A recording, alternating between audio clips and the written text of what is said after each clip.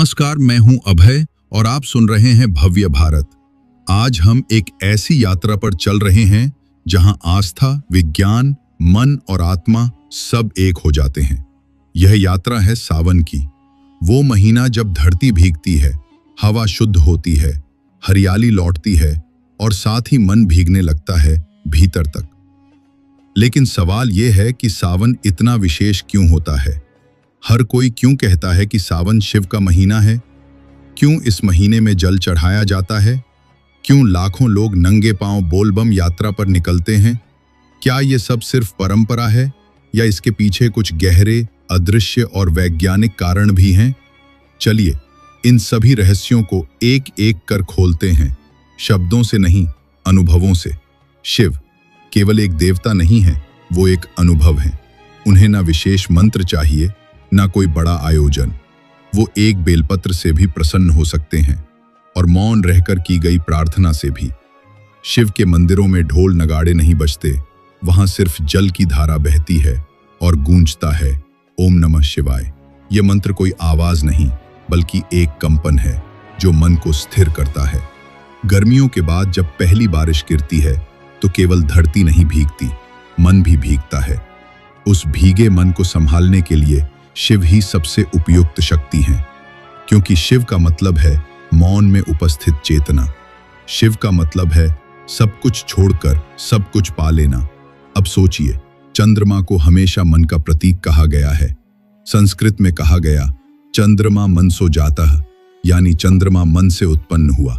शिव के सिर पर चंद्रमा है, मतलब उन्होंने अपने मन को वश में कर लिया है। सावन में चंद्रमा पृथ्वी के बेहद करीब होता है और इसका सीधा असर हमारे मन पर होता है। हम ज्यादा भावुक, ज्यादा संवेदनशील और ज्यादा आत्ममंथन करने वाले हो जाते हैं। इसीलिए सोमवार को शिव की पूजा का विशेष महत्व है, क्योंकि सोमवार यानी चंद्रमा का दिन। जब हम व्रत रखते हैं, जल चढ़ाते हैं और शिव का स्मरण करते हैं, तो हम अपने मन को शिव की ओर मोड़ रहे होते हैं। अब बात करते हैं जल चढ़ाने की।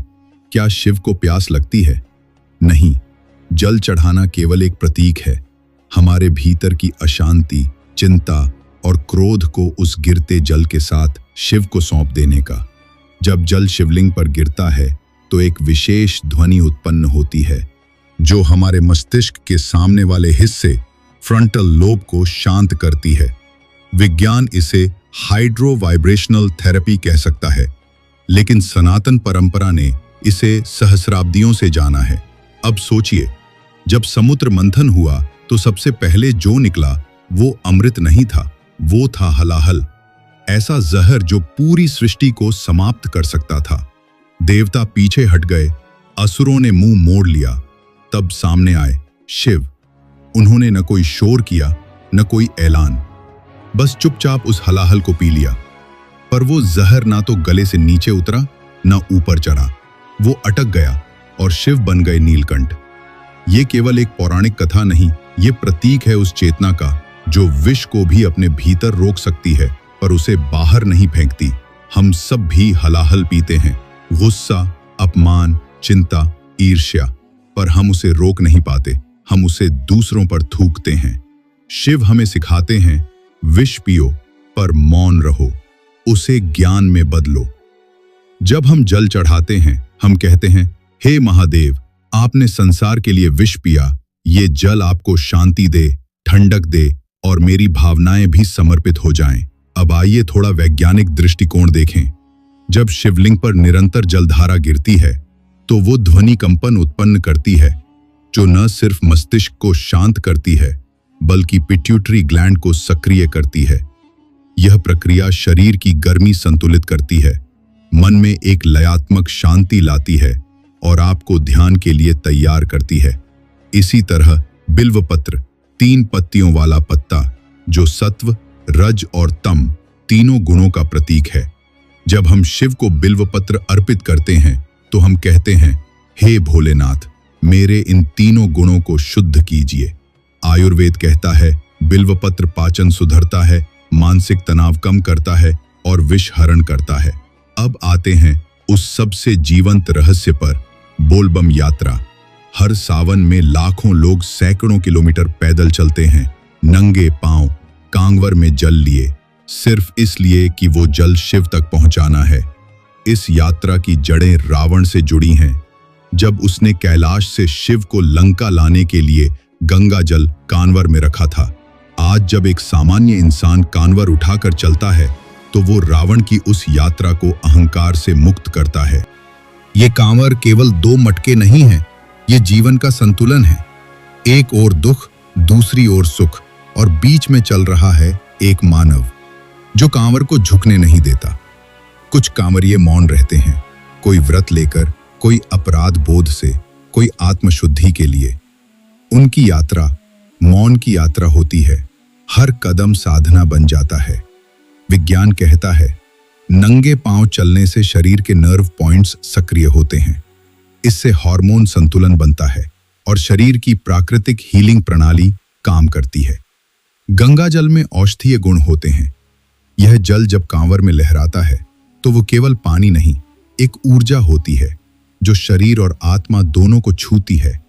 सावन में जब चारों ओर हरियाली होती है, वो सिर्फ पेड़ों की नहीं होती, हमारे भीतर की भी होती है। हमारा शरीर, मन और आत्मा तीनों सावन में बदलते हैं। प्रकृति और हम एक ही तंत्र का हिस्सा हैं। जब मिट्टी महकती है तो हमारी स्मृतियां ताजा होती हैं। जब पेड़ झूमते हैं तो हमारा मन खुलता है। जब बारिश गिरती है तो हमारी आत्मा भीगती है। शिव जो वनवासी हैं, पशुपति हैं, गंगा को धारण करते हैं और नंदी पर सवार रहते हैं, वो प्रकृति के देवता हैं। इसलिए जब आप सावन में शिव की पूजा करते हैं तो आप प्रकृति की पूजा कर रहे होते हैं। गर्मी के बाद शरीर में पित्त बढ़ जाता है। सावन में उपवास, जल सेवन और हल्का भोजन शरीर को डिटॉक्स करते हैं। जब आप बारिश में मौन होकर ध्यान लगाते हैं तो बारिश की बूंदें, पत्तों की टपकन और हवा की सरसराहट एक प्राकृतिक मंत्र बन जाती है, और तब शिव मिलते हैं। क्योंकि शिव मंदिर में नहीं मिलते, वो हर उस क्षण में मिलते हैं जब आप भीतर मौन हो जाते हैं, जब आप शिव को नहीं देखते बल्कि शिव हो जाते हैं। ये था सावन मास का अद्भुत रहस्य, जहां हर धड़कन में भगवान है और हर रहस्य में एक संकेत। अगर आपको ये अनुभव अच्छा लगा तो भव्य भारत को सब्सक्राइब कीजिए और इस दिव्यता को हर कोने तक पहुंचाइए।